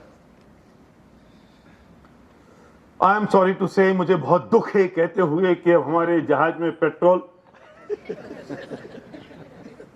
समाप्त हो गया है, और मुझे नहीं पता क्या टेक्निकल तकलीफ आई है। हमने सारी कोशिशों के बावजूद हमारे पास सिर्फ 10 मिनट का पेट्रोल बचा है। लेकिन एक बात मैं आपसे और कह दूं कि कुछ टेक्निकल एरर इतना बड़ा हुआ है कि ये जो ऊपर पैराशूट होते हैं वो भी अब नहीं खुल रहे हैं, और हमारा संपर्क किसी भी एटीएस से नहीं हो पा रहा है, और अब एक अंतिम उपाय है ऊपर वाले का नाम लेना, और अब बचे 9 मिनट। अब मैं आपसे पूछता हूं कि आपकी जिंदगी के ये अंतिम 9 मिनट बचे हैं, अब क्या करोगे? मैं आप बोलना मत, पहले सोचना, बोलोगे तो अटक जाओगे। ये अंतिम 9 मिनट बचे जिंदगी के, क्या करेंगे अपन? 8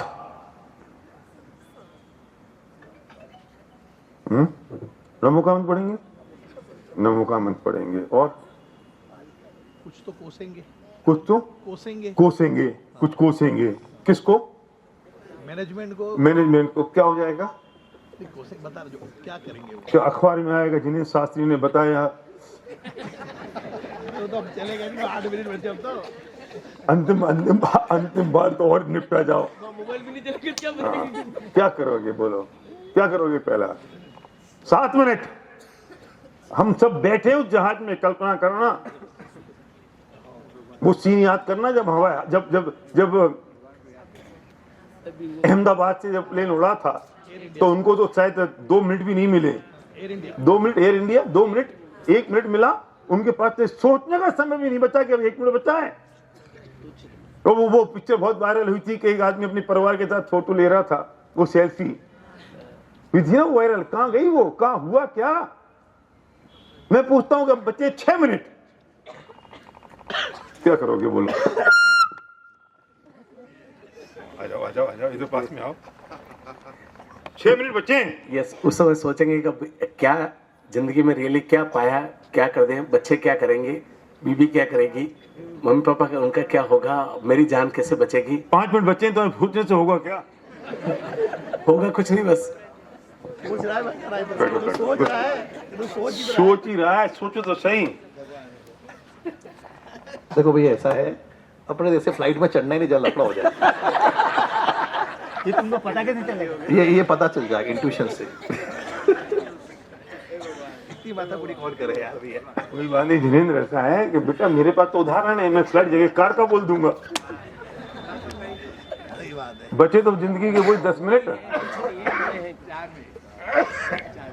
अब 4 मिनट बचे हैं, बोलो, आप भी बोलो ना, क्या करोगे? भगवान भगवान भगवान। तो कोई पीछे पे आऊं किसी के पास? एक्चुअली क्या है, ये ना ये गद्दा है ना, तो मुझे लगता है कि मैं पहुंच पाऊंगा कि नहीं। उमराव जी कौन है?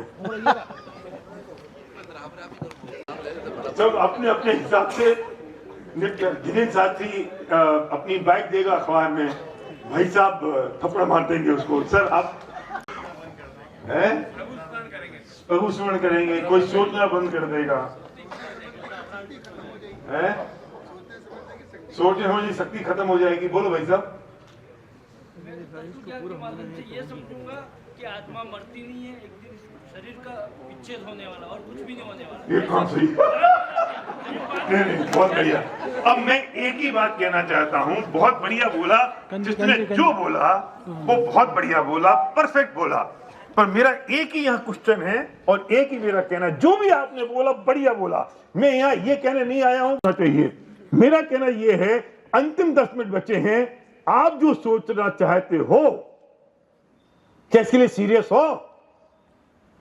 इस जिंदगी के भी अंतिम 10 मिनट कब बचेंगे पता नहीं चलेगा। इस जिंदगी के अंतिम 10 मिनट कब बचेंगे पता नहीं चलेगा। तो जो काम आप अंतिम 10 मिनट में करना चाहते हो, क्या वो अभी कर रहे हो? मेरा क्वेश्चन ये है।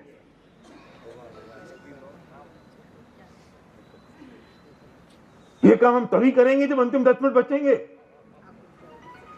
ये तभी करोगे तो किसे पता है कि अंतिम 10 मिनट कब बचेंगे? उस अहमदाबाद के एयरपोर्ट वाले एयरपोर्ट पता था कि अंतिम 10 मिनट कब बचेंगे? किसे पता था? बाबूजी को पता था कि अंतिम 10 मिनट कब आएंगे। इरफान खान को पता था कि अंतिम 10 मिनट कब आएंगे। ये जो चलती हुई कार में 4 बच्चे जल के मर गए, उन्हें पता था अंतिम 10 मिनट कब आएंगे। हम तैयार नहीं हैं और ये मौत किसी पल आ सकती है। कुछ ऐसा सोचना होगा और ऐसा करना होगा कि किसी पल भी मौत आ जाए और मनुष्य भव पर रिग्रेट ना हो, दुख ना हो, सेटिस्फेक्शन और संतुष्टि हो, मैं जिसके लिए आया था वो काम मैंने कर दिया। अब ऐसा कुछ करना पड़ेगा।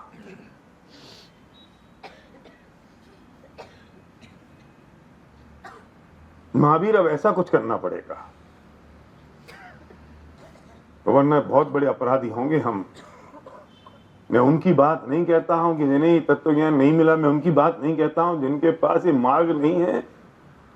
वे तो भोले हैं, उन्हें तो मौका मिलना चाहिए, लेकिन वे सबसे बड़े अपराधी हैं कि जिन्हें मार्ग मिल गया, वे उसके बावजूद भी उस मार्ग पर नहीं चल पा रहे हैं। वे सबसे बड़े अपराधी हैं। जिन्हें नहीं मिला उनका तो क्या करें, मिल गया उसके बाद और मालूम है कि यही रास्ता है और फिर उलझे हैं।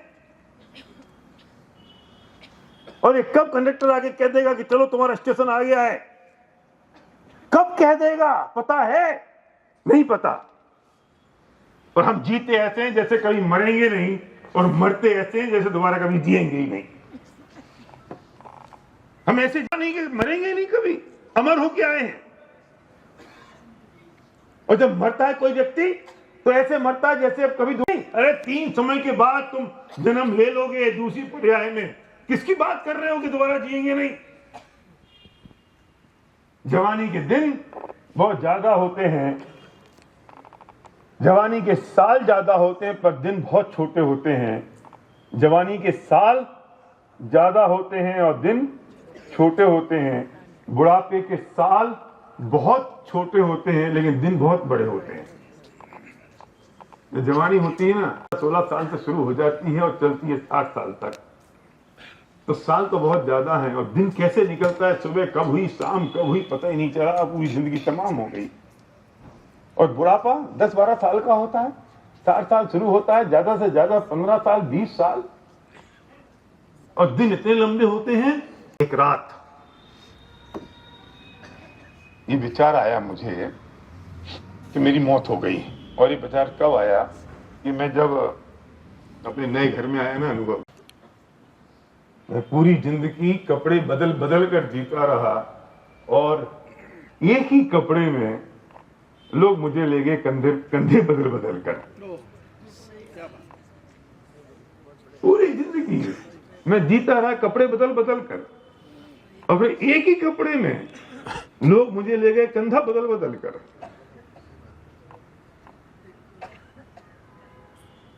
कितना महान पुण्य किया था जो ये मनुष्य हमें मिल गया, कितना महान पुण्य होगा। मनुष्य मिल गया और अभी हाथ से छूटा जा रहा है। लेकिन इस वक्त ये चीज जानने की और समझने की है, इस वक्त ये चीज पहचान लेने की है कि मनुष्य भव जो मिला है इसमें वो कर लें जिसके लिए मैं यहां आया हूं।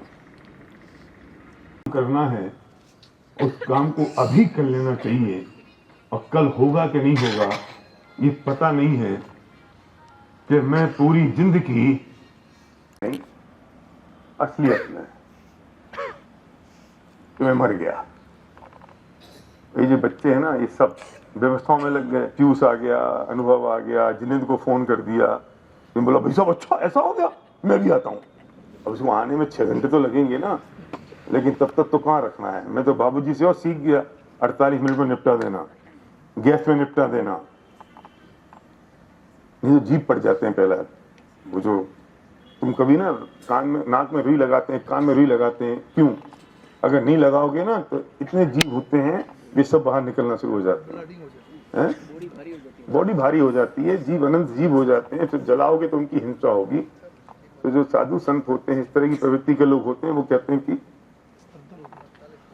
48 मिनट में कर दो, जल्दी से जल्दी कर दो। तो ये सब आगे व्यवस्थाएं करने लग गए।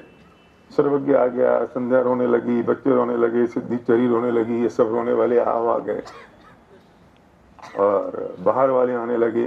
कोई कहता भी रुक जाओ थोड़ी देर, हम आ जाए तब जला देना। फिर बहसबाजी चल रही है किसकी? बॉडी की। कि देखो किरण जी बोली बॉडी की। तो अभी बबलू भैया कर करके इनका मुंह नहीं सूख रहा था अंदर जब इन्हें खाना खिलाया, और अभी 1 मिनट में क्या हो गया? बॉडी। अभी तो जिंदा हूं मैं, क्या बात है यार। अभी मुझे अभी बॉडी कर दिया इन्हें। देखो इन बातों से वैराग्य नहीं आता। ललित जी क्या है ये? कौन हो? ललित की खबर ढूंढता नहीं हो। ये निकले ना प्राण तो बॉडी हो गए, और घर के अंदर भी नहीं ले जाएंगे, आपको नहीं ले जाएंगे। मुझे तो पता उस दिन बुरा लगा। ये पीयूष को वो सीन याद होगा, मैं नाम नहीं बोलूंगा। मैं हमारे पड़ोस की बिल्डिंग में एक व्यक्ति की डेथ हो गई, दुर्लभ जी अस्पताल में, वहां से लेकर आए। बारिश हो रही थी, वो रहते थे कोई 5वीं-6वीं मंजिल पर, और अब नीचे लेके आए। तो मैंने कहा भाई बारिश हो रही तो चलो इनको जरा ऊपर ले चलते हैं, सब जो व्यवस्था हम एम्बुलेंस से निकाल के जो अरेंजमेंट करने होंगे वो ऊपर कर लेंगे। तो जितने पंच होते हैं ना, ये इसके सब पंच अलग होते हैं। इसके काम करने वाले पंच अलग होते हैं, उन्हें कोई फर्क नहीं पड़ता कितने मरते हैं कितने जीते हैं। वे ऐसे ही स्पेशलिस्ट होते हैं। तो वे बोले नहीं नहीं नहीं नहीं नहीं, बॉडी ऊपर नहीं जाएगी। बॉडी हो गई है। अरे मैंने कहा इसका घर है ये इसमें से ही गया था भी अस्पताल कल, रजिस्ट्री इसके नाम है, इसको तो ले जाओ। कि नहीं नहीं नहीं, बॉडी को ऊपर नहीं ले जाते। क्यों नहीं ले जाते भाई साहब? है अरे आत्मा निकल गई इसलिए नहीं कि अब किसी को उससे कोई लेना देना नहीं है, सब खेल खत्म, सारे स्वार्थ पूरे। अरे इसका मकान है, आप मानोगे नहीं, मुझे अभी तक सीन याद है। तुरंत तुरंत टेंट हाउस से वो कुछ मंगाया, ऊपर तिरपाल फिपाल ऊपर ऐसे टांग दिया जिससे बारिश नहीं हो, नीचे रखे रहे और वहीं से क्रियाक्रम किया। और मुझे वो सीन याद था, तो मैं भी सोच रहा था कि तू कितनी बातें कर ले एसपी भारल, जिनके लिए तू मर रहा है, जी रहा है, जिनकी बातें कर रहा है, ये सब ऐसे ही हो जाने वाले हैं। उस रात मैंने एक कविता लिखी, वो कविता मैं सुना रहा हूं, और क्योंकि ऋषभ ने छेड़ ही दिया था तो इसलिए मुझे सुनाना जरूरी हो गई। वो नजदीक आ रही है, वो नजदीक आ रही है, दबे पांव चुपके चुपके, धीरे धीरे, हौले हौले, वो कोई और नहीं, वो है मेरी मौत। और ये मैं अपने लिए सुना रहा हूं, फिर बार बार मुझे कहना नहीं चाहिए, आपके लिए है किरण जी, ये आपके लिए भी है। नहीं तो सारे सोच रहे और मर गया, तो मेरी नहीं है अकेली है।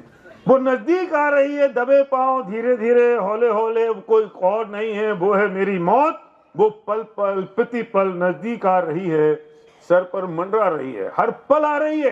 जब कोई आदमी कहता है कि हैप्पी बर्थडे टू यू, तो ये हैप्पी बर्थडे हुई है कि मौत एक साल और नजदीक आ गई? मौत नजदीक आ गई ना। तो जितनी तुम्हारी उम्र बढ़ती जा रही है ना, तो एक एक साल मौत नजदीक आ रही है। जब एक एक साल नजदीक आ रही है तो एक एक दिन नजदीक आ रही है नहीं, और जब एक एक दिन नजदीक आ रही है तो एक एक घंटे नजदीक आ रही है कि नहीं, और एक एक मिनट, वो प्रतिपल वो नजदीक आती जा रही है। वो पल पल प्रतिपल नजदीक आ रही है, सर पर मंडरा रही है, पर मुझे फुर्सत नहीं है मरने की। अभी कोई पूछे तो यार फुर्सत नहीं है मरने की, मरने की फुर्सत नहीं, तुम क्या यार परेशान कर रहे हो, उसे मरने की फुर्सत नहीं है। मैं उलझा हूं जीवन की आपाधापी में, दुनिया भर के आड़े टेढ़े, ना जाने कैसे कैसे गुंताड़े में, इस धूल को समेटने में, इसे जोड़ने में, उसे तोड़ने में, और अपने मुआ मिट्ठू बनने में। कोई और नहीं बना रहा है, मैं अपना मियाँ मिट्टू खुद ही बन रहा हूं। मैंने ये कर दिया, मैंने वो कर दिया, मैं मकान ले लिया, ये गाड़ी ले लिया, मैंने ये कर दिया, ये सब धूल समेट ली और अपने मियाँ मिट्टू बन गया। खेल रहा हूं बचपन के खेल, बचपन में जो खेल खेलते थे ना, खेल रहा हूं बचपन के खेल, घरौंदे बनाता हूं वे बिखरते हैं। किसकी जिंदगी में रोलर कोस्टर नहीं आया, किसकी जिंदगी ऊपर नीचे नहीं होती, किसकी जिंदगी में मकान बनाए नहीं और बिके नहीं, किसकी जिंदगी में घाटे हुए नहीं। बनाता हूं बचपन के खेल, खेल रहा हूं बचपन के खेल, घरौंदे बनाता हूं वे बिखरते हैं, मैं संभालता हूं वे उघड़ते हैं, उलझा हूं इसी अनंत उधेड़ बुन में, कभी हंसता हूं कभी हंसाता हूं। क्या कर रहा हूं पूरी जिंदगी? कभी हंस रहा हूं कभी हंसा रहा हूं, कभी हंसता हूं कभी हंसाता हूं, कभी रोता हूं कभी रुलाता हूं, कभी डरता हूं कभी डराता हूं, और जिसे देखता हूं उसे अपना बना लेता हूं। पूरी जिंदगी, इसके अलावा और क्या काम है मेरे पास? कभी हंसता हूं कभी हंसाता हूं, डरता हूं डराता हूं, रोता हूं रुलाता हूं, और क्या है? पूरी जिंदगी डरता हूं डराता हूं, जिसे देखता हूं उसे अपना बना लेता हूं, और विकल्पों के मायावी मकर जाल को बुनता रहता हूं, फिर उसी दलदल में फंसता जाता हूं, और एक बार फिर अपने आप को बहलाता हूं। पूरी जिंदगी एक ही के अलावा कुछ और काम है? यही काम करता रहता हूं, फिर बहला लेता हूं, फिर खुश, फिर उठ जाता हूं, फिर गिर जाता हूं, फिर खड़ा हो जाता हूं। बस यही अंतहीन सिलसिला चलता रहता है, और शाश्वत लक्ष्यहीन रेलम पेल में, शाश्वत लक्ष्य कौन सा है? मोक्ष में जाना, परमात्मा बनना। तो शाश्वत लक्ष्यहीन, शाश्वत लक्ष्य नहीं है, बाकी सब है। तो शाश्वत लक्ष्यहीन रेलम पेल में, नितांत अप्रयोजन भूत जंजालों में, ना कोई प्रयोजन है ना प्रयोजन का आयोजन है। ये बसंत तो यूं ही गुजरा जा रहा है, तुम किसके लिए तैयारी कर रहे हो? घर पे बारात आ रही हो ये सब, और लड़की का बाप परेशान हो रहा हो, कोई तैयारियां पूरी नहीं हुई, कोई बंदरवाल लगा रहा है, तो कोई लाइट लगा रहा है, तो कोई खाने की तैयारी कर रहा है, और लड़की का बाप कह रहा है ये तैयारियां क्यों कर रहे हो? बारात तो दरवाजे पे खड़ी है। ये रुक जाओ अभी तैयारियां बाकी हैं। ये बारात आ गई है, किसकी तैयारी है? तो कहते हैं कि तुम जो आयोजन कर रहे हो ना, ये किसके लिए कर रहे हो? बसंत तो हाथ से बीता जा रहा है, छूटा जा रहा है बसंत, और तुम तैयारी में लगे हो। किसकी तैयारी में लगे हो? ये उम्र तो बीती जा रही है अमित। तो ना कोई आयोजन है, ना कोई उसका प्रयोजन है, अंतहीन सिलसिला चल रहा है, ना कोई प्रयोजन है, ना प्रयोजन का आयोजन है, ना जीवन का पर्पज है, ना उसका कोई प्रोसेस है, ना क्षण भर उसका विचार है। क्या बस इसी का नाम जीवन है? क्या मैं चूक रहा हूं? ये अपने आप से क्वेश्चन है, क्या मैं चूक रहा हूं? अब सुनना, सबसे बढ़िया लाइन है, आज मौत की अपनी मंजिल पूरी हो गई। वो आईसीयू के बेड पे पड़ा हूं मैं। आज मौत की अपनी मंजिल पूरी हो गई और बगल में वो हौले से खड़ी हो गई। मौत बगल में वो हौले से खड़ी हो गई और मुझसे पूछे बिना ही मेरे अगले जन्म की तैयारी हो गई। किसी ने पूछा नहीं आज जिनेंद्र, ये कोई बात होती है भाई साहब? मुझसे पूछे बिना ही मेरे अगले जन्म की तैयारी हो गई। अकेला ही, बिल्कुल अकेला ही लेटा हूं मैं मरण सैया पर। आज जो वो सबसे बढ़िया लाइन बोल रहा हूं अब मैं, अकेला ही, बिल्कुल अकेला ही लेटा हुआ हूं मैं मरण सैया पर, और आज करीब से देख पाया अपनी मौत को, जब वक्त ही नहीं बचा इसे जानने को। हमने मौत को कब देखा करीब से? 10 मिनट। हमने मौत को करीब से कब देखा सीमा? जब उसे वक्त ही नहीं बचा है उसे जानने को। आज देख पाए वो मौत को करीब से, जब वक्त ही नहीं बचा है उसे जानने को। बड़े कहलाते थे जो, अब सुनना, बड़े कहलाते थे जो अपने बेरोए चीखे, कुछ आंसू भी निकले, मुझे नीचे रखा, नहलाया, धुलाया। मैं कल्पना कर रहा हूं मैं मर रहा हूं, मर चुका हूं मैं अब। मुझे नीचे रखा, नहलाया, धुलाया, मैं बन गया हूं बॉडी। मुझे नीचे रखा, नहलाया, धुलाया, मुझे नीचे रखा, नहलाया, धुलाया, सजाया, अंतिम तिलक लगाया, माला और नारियल भी चढ़ाया। इधर रुई ठूसी और चद्दर में लपेटा, जमीन से उठाया, ठटरी पर रखा। ठटरी अर्थी, उसे ठटरी बोलते हैं, जो लकड़ी वाली होती है ना, सीढ़ी। जमीन से उठाया, ठटरी पर रखा और खींच खींच कर कसा। दर्द नहीं होता? बॉडी को क्या दर्द? कितनी देर बाद? एक पल बाद खींच खींच कर कसा। हंडी उठाकर 4 लोग चल दिए लेकर, दबा दिया कुंटलों लकड़ी के ढेर में, पिला दिया घी और भुरक दिया बुरादे में, धू धू धड़कती ज्वाला और धुएं के बवंडर में। अब सुनना, धू धू धड़कती ज्वाला और धुएं के बवंडर में भस्म हो गए सारे संयोग और सारा सम्मान। वो जो अग्नि जली ना, क्या हुआ उसमें? सब सम्मान वगैरह सब चलट गया, मान सम्मान पद वगैरह सब भस्म हो गए सारे, भस्म हो गए सारे संयोग और सारा सम्मान। छूट गए सब एक अंतिम श्वास में, छूट गए सब एक अंतिम श्वास में। ढह गया वो वर्चुअल और फिजिकल महल। वर्चुअल महल वो जो मेरे सपनों में था, और फिजिकल वो जो अचीव था, हो गया था, प्राप्त कर लिया था। मेरा प्यारा सुंदर शरीर क्या क्या निपट गया? मेरा प्यारा सुंदर शरीर, कपड़े, जूते, जेवर, पत्नी, बच्चे, घर, कार, अपनी नाक और अपनी बात। बात के पीछे तो अपन कुछ भी कर देंगे। कहां गई? धड़कती ज्वाला में। जरूरी आ गई भाई साहब, आनी चाहिए, रोंगटे खड़े होने चाहिए।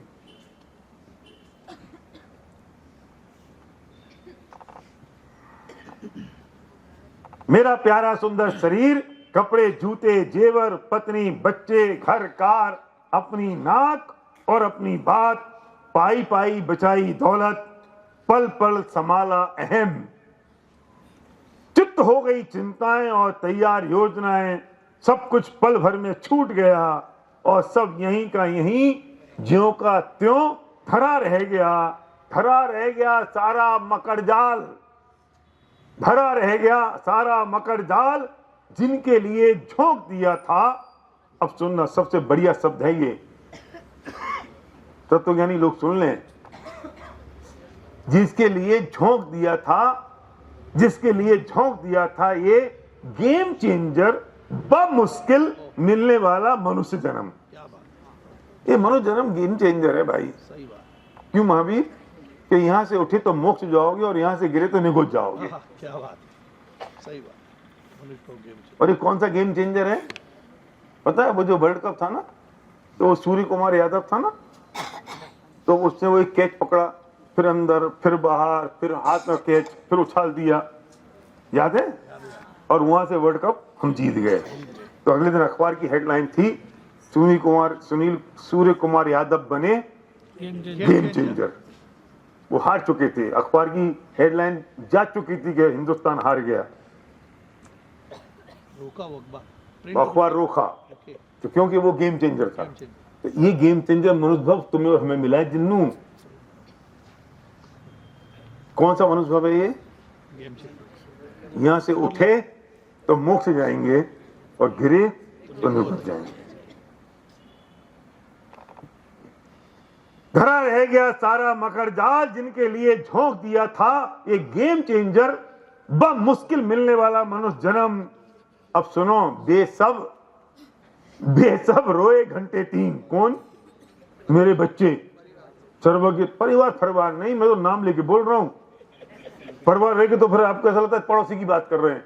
संध्या, सर्वज्ञ, सिद्धि, चेरी, अभी तो मेरी मां भी हैं, वो भी, तुम सब। कितने आंसू टपके तुम्हारे? बहुत अच्छे थे भैया, ये माला टांग देना एक। बेसब रोए घंटे 3, मुंह लटकाया दिन 3, याद किया हफ्ते 3।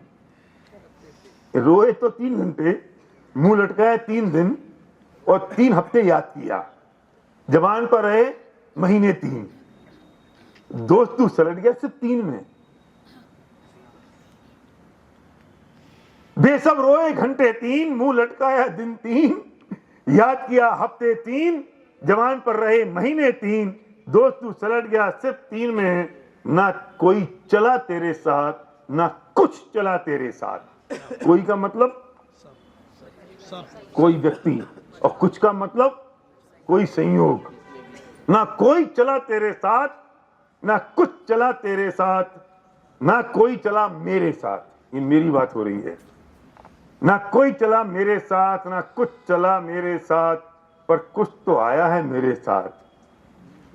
कुछ तो आया है मेरे साथ। कुछ भारी भारी बड़ी बड़ी पोटलियां, गठानों को खोला तो पता चला ये तो है मेरे स्वयं के किए हुए कर्म। कोई नहीं आया भाई साहब।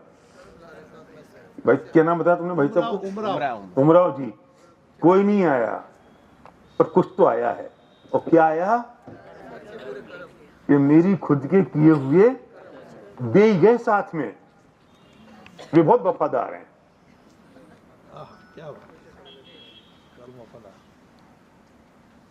मैं तो तमाशगीर था, पर मदारी बन पूरी जिंदगी किया तमाशा मैंने। मैं तो अकर्ता स्वभाव में रहने वाला, सिर्फ जानने वाला था ना। मैं तो तमाशगीर था ना, लेकिन मैं तो मदारी बन गया। मैं कर्तृत्व के बोझ से लद गया। मैं तो कर्ता धर्ता मानने लगा अपने आप को, जबकि मैं तो था सिर्फ जानने वाला। मैं तो था सिर्फ तमाशगीर, देखने वाला, लेकिन मैं तो मदारी बन गया। मैं तो तमाशगीर था, पर मदारी बन पूरी जिंदगी किया तमाशा मैंने। और बटोरे भाव कर्म और दिव्य कर्म मैंने। ले चला मैं सिर्फ और सिर्फ अपनी ये पोटलियां, अपने कर्मों की भारी भारी अलग अलग रंग बिरंगी गठरियां। ये बड़ी वफादार और ईमानदार हैं। ये बड़ी वफादार और ईमानदार निकली, साथ निभाते हुए जो मेरे साथ चल दी। और कोई नहीं आया। और जिसको जाना था ना अम्मा जी, हमने पूरी जिंदगी उसकी कदर नहीं करी। इन भावों का फल क्या होगा सोचा कभी? जिन कर्मों को जाना था उनकी कदर करी, उनके बारे में सोचा, और थोड़ा बहुत सोच साच लिया तो पुण्य के बारे में सोच लिया, वस्तु स्वरूप के बारे में तो बात भी नहीं करी, चिंतन भी नहीं किया, विचार भी नहीं किया। तो सुनो, वे बहुत वफादार निकली और साथ निभाते हुए चल दी। सुन कैसा अजीब सौदा है ये, जिस कारण बांधी थी वो कर्मों की पोटलियां, जिस कारण बांधी थी वो कर्मों की पोटलियां, वो सारा छूट गया, ढेर और जंजाल यहीं, और मैं चल दिया लाद ये पोटलियां कहीं, ये मालूम भी नहीं मैं कहां चल दिया।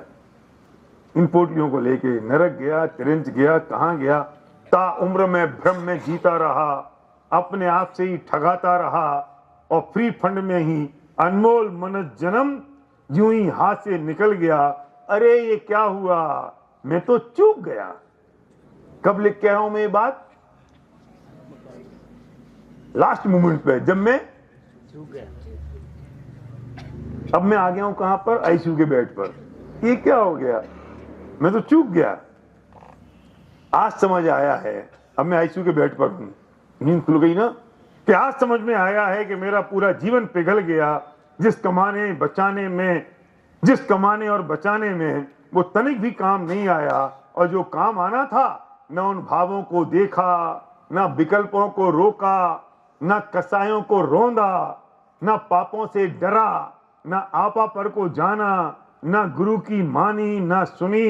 मैं मूर्ख फड़फड़ाता रहा अपने ही बुने जंजाल में, तेरी मेरी और मेरी तेरी करने में, इससे तुलना उससे निपटना, दौड़ता रहा आकाश कुसुम तोड़ने में, दौड़ता रहा आकाश कुसुम तोड़ने में। अरे तोड़ भी लिए तो क्या, कर भी लिया तो क्या, अल्टीमेटली तो धू होना है ना, कि तोड़ भी लिए तो क्या, और सांस फुला फुलाकर हत्या भी लिए तो क्या।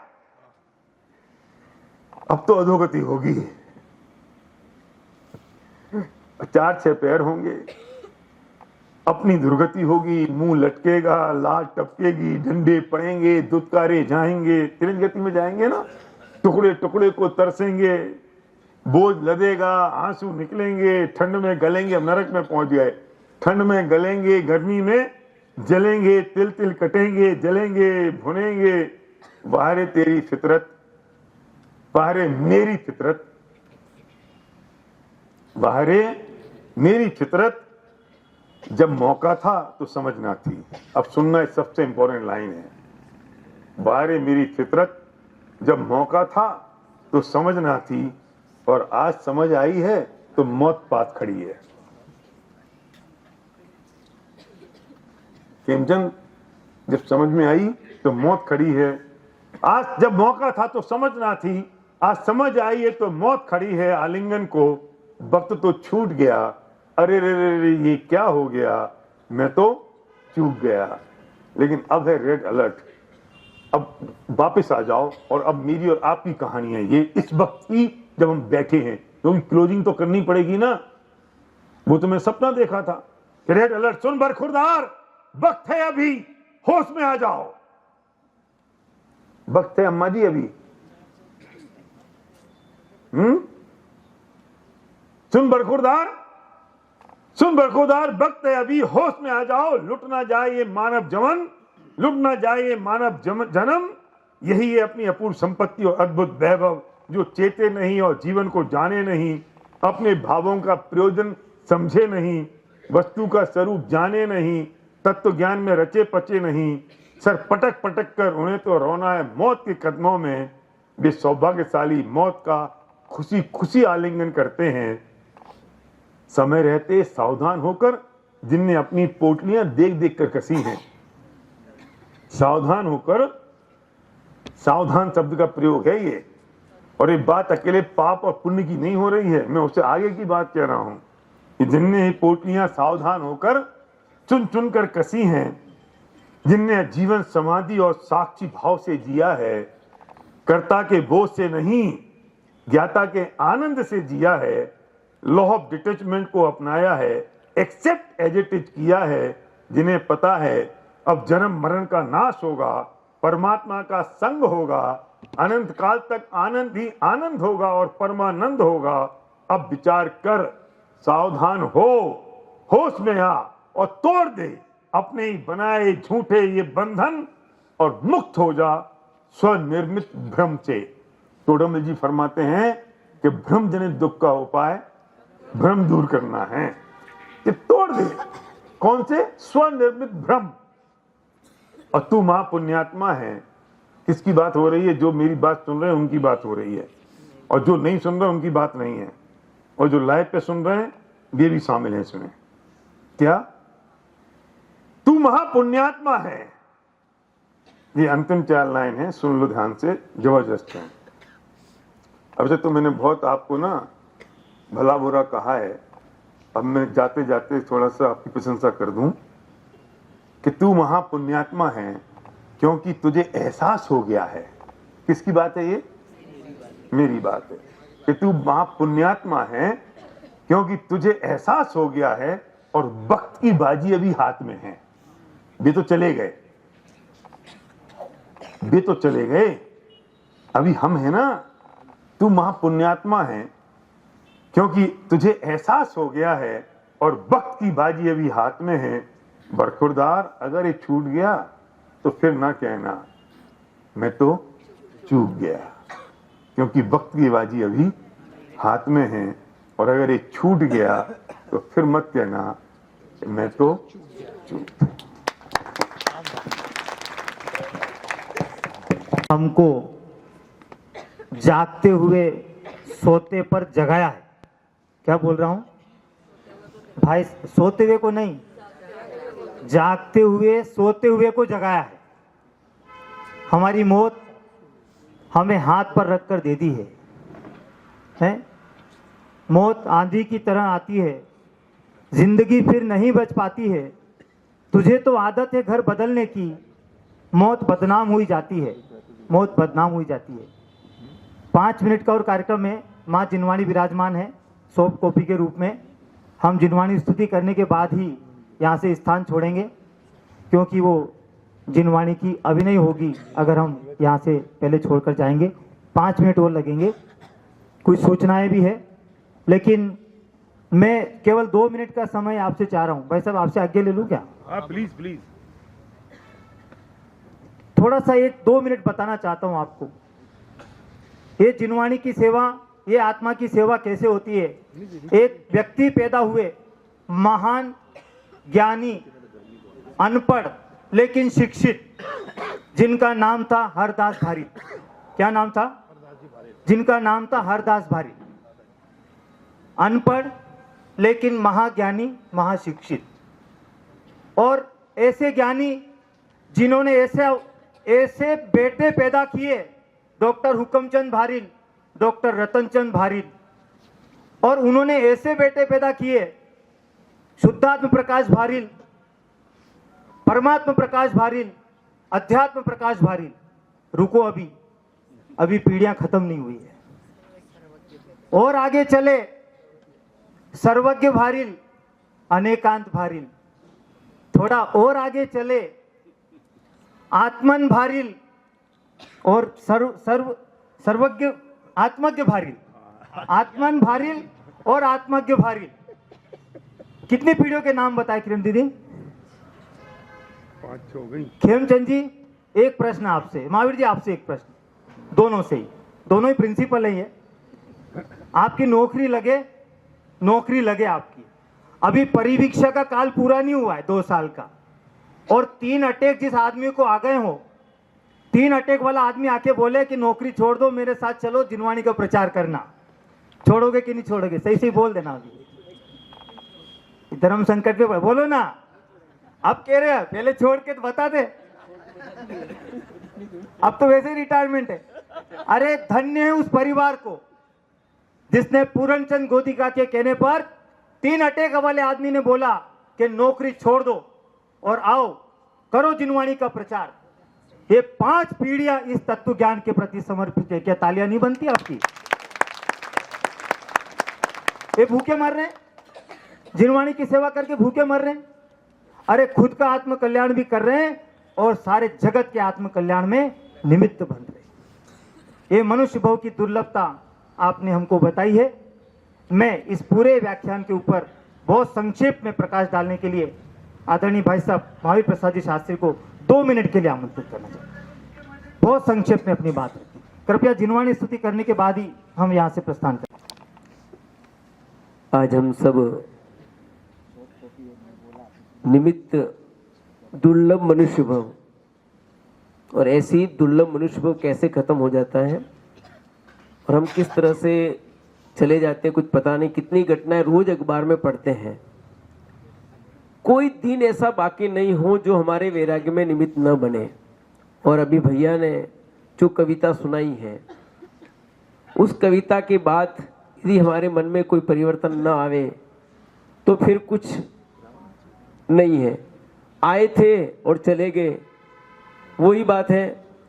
ये जो व्याख्यान रखा है, भले आदरणीय बाबूजी लक्ष्मीचंद जी भोरावत के निमित्त रखा हो, पर उद्देश्य ये कि अभी भी समय है। वो तो चले गए, बार बार भाई साहब यही समझा रहे हैं, वो चले गए पर तुम्हारे पास तो समय है ना।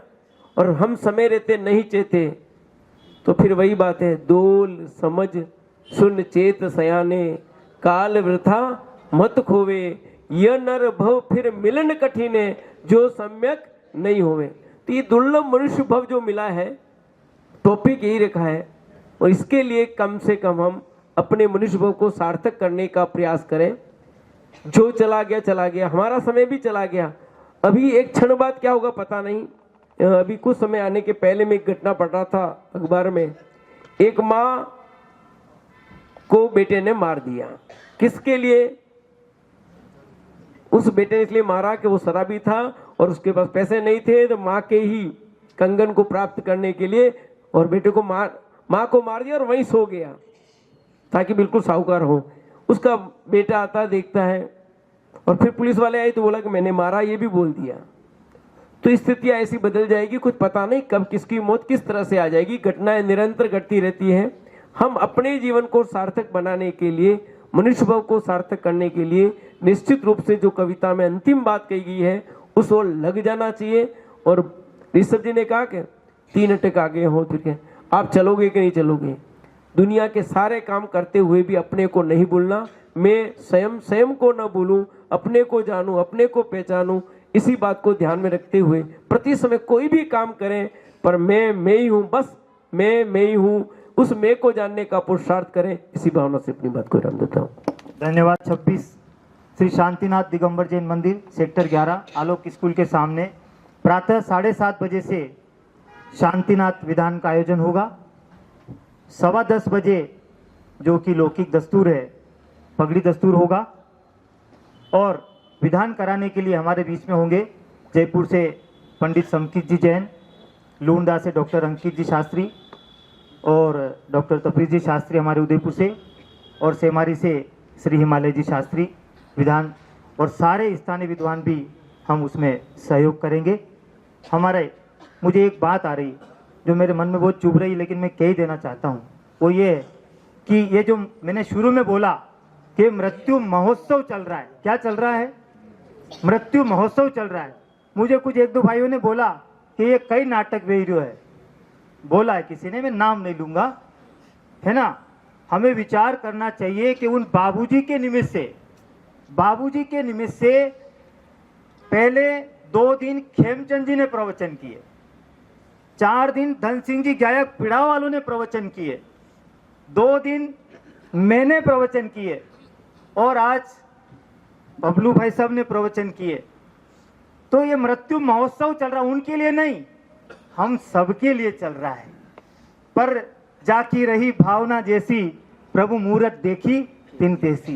ये तो हमारी दृष्टि पर है कि हम इसे किस रूप में लेते हैं। भाई साहब ने तो गला फाड़ के बताया है कि समय बहुत थोड़ा बचा है, तो हमें अपना आत्मकल्याण करना है। बहुत ही सुंदर भाई साहब का उद्बोधन हम सबके लिए प्रेरणादायी रहा है। आभार प्रदर्शन के लिए मैं आमंत्रित कर रहा हूँ आदरणीय डॉक्टर किरण जैन। पूजनीय परम श्रद्धेय बोरावत परिवार के अग्रज लक्ष्मीचंद जी बोरावत साहब के दया परिवर्तन के इस वैराग्य में प्रसंग के अवसर पर जयपुर से पधारे एसपी बारिली साहब, हमारे बबलू भैया, जो भाई जिनेंद्र जी के विशेष आग्रह पर अति व्यस्ततम समय होने के बाद भी प्रातः से धुंध इतनी थी, कार से हमारे बीच आप 5 बजे पधारे और अभी पुनः आपको 10 बजे यहाँ से प्रस्थान करना है। ऐसे व्यस्तम समय में से हमारे जिज्ञासुओं को ज्ञान की जो गंगा आपने प्रवाहित की है, उसके लिए मैं आज हमारे देश के गौरव हैं, केवल जैन समाज के ही नहीं, आपकी एक झलक देखने के लिए मैंने देखा था नगर निगम के अंदर आपकी व्याख्यान माला को। अन्य समाज के लोग भी आपकी एक झलक देखने के लिए दौड़ रहे थे, तरस रहे थे, और एक छोटे छोटे बच्चे और बड़े लोग ऑटोग्राफ के आपके ले रहे थे। ऐसे हमारे ही और हमारे भाई बबलू भाई का मैं मेरी ओर से, बोरावत परिवार की ओर से और पूरे जैन समाज की ओर से आपका आभार ज्ञापित करती हूँ कि आपने इसी धर्म की गंगा हमारे लोगों के बीच में प्रवाहित करी। और आगे भी मैं आशा करती हूँ कि हर प्रसंग पर, चाहे वैराग्य में प्रसंग हो, चाहे धार्मिक प्रसंग हो, जब भी हम लोग आपको बुलाएं तो आप निश्चित रूप से हमारे बीच पधारें, ज्ञान की गंगा को प्रवाहित करें। और आपने जो मार्मिक उद्बोधन और जो व्याख्यान वाला हमारे बीच दी, वास्तव में एक एक शब्द को भी अगर हम हमारे जीवन में उतार पाए तो मनुष्य जन्म हमारा सार्थक होगा।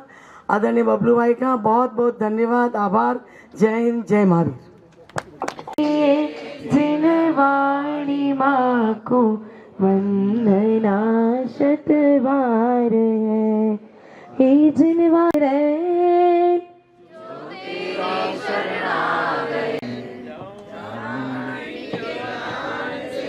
सूचे लोक सुवाणी मस्तक नमो सदा देत हूँ